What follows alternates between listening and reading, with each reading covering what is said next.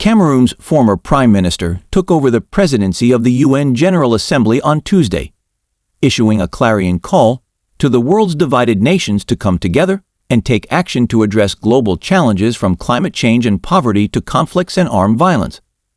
Philemon Yang told the 193-member world body there are doubts that nations can join forces to tackle these and other pressing issues.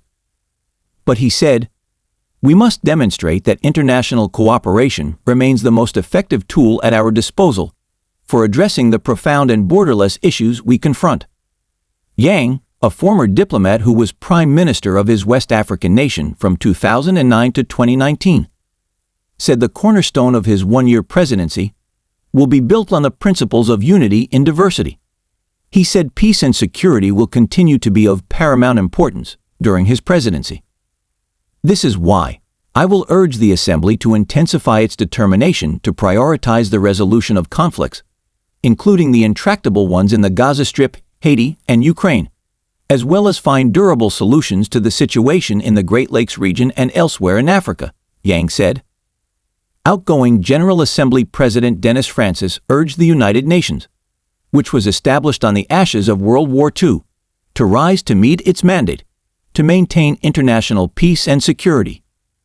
It is no understatement to say that the magnitude of man-made human suffering we are witnessing around the world is simply staggering, the former diplomat and ambassador from Trinidad and Tobago said, pointing to Gaza and other conflicts.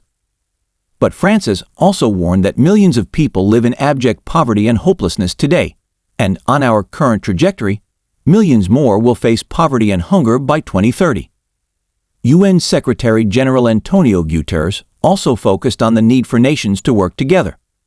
He said the 78th session of the General Assembly, which ended Tuesday morning, was a tumultuous year of continued poverty, inequality, injustice, division, violence, and conflict, and it was also the hottest year on record.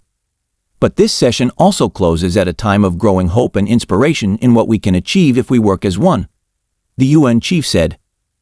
At Tuesday afternoon's opening of the 79th Assembly session, Guterres told diplomats, "Step by step, solution by solution, we can rebuild trust and faith in one another, and in what we can accomplish through collaboration and solidarity."